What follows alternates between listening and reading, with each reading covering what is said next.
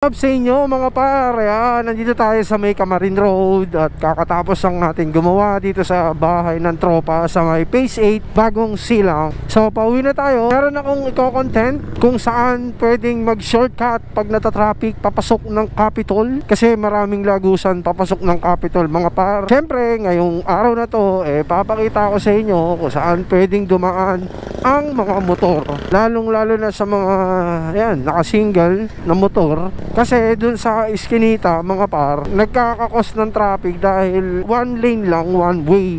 One lane, one way. Tapos pagka nagkasalubungan yung truck at sasakyan, wala na, barado na. Mamaya papakita ko sa inyo kung saan ang shortcut para mabilis kayong makapasok sa Capitol. Let's go!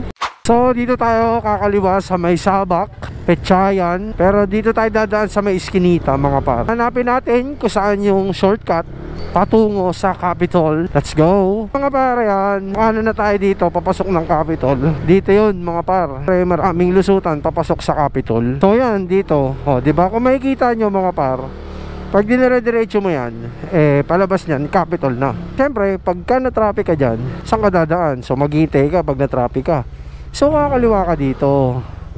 Ayan, kakaliwa ka dyan mga par, dire-diretso lang. Tapos pag meron kang nakitang Eskinita, kakanan ka. Katulad na ito mga par, yan, kakanan ka.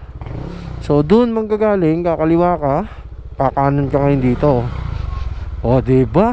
Madaming lagusan dito mga par sa Capitol. Ayan diba? So pag natatraffic kayo doon, dito kayo dumaan. Ang labas nito Santan Street.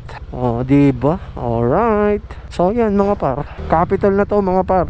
Diba? Welcome to Capitol. So ayun lang mga par, nagbigay lang ako ng tip para sa pag shortcut. Maraming salamat mga par. Sheesh.